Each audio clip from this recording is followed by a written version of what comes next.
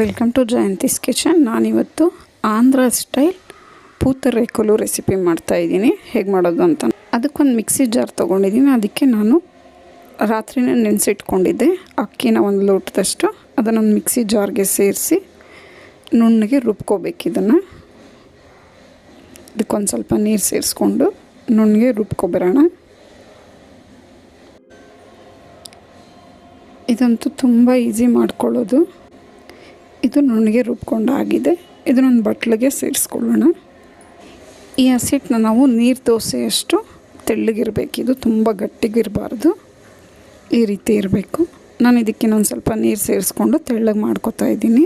ಟೇಸ್ಟ್ಗೆ ಚಿಟಿಕೆಯಷ್ಟು ಉಪ್ಪು ಸೇರಿಸ್ಕೊಂಡಿದ್ದೀನಿ. ಈಗ ಇದು ರೆಡಿಯಾಗಿದೆ.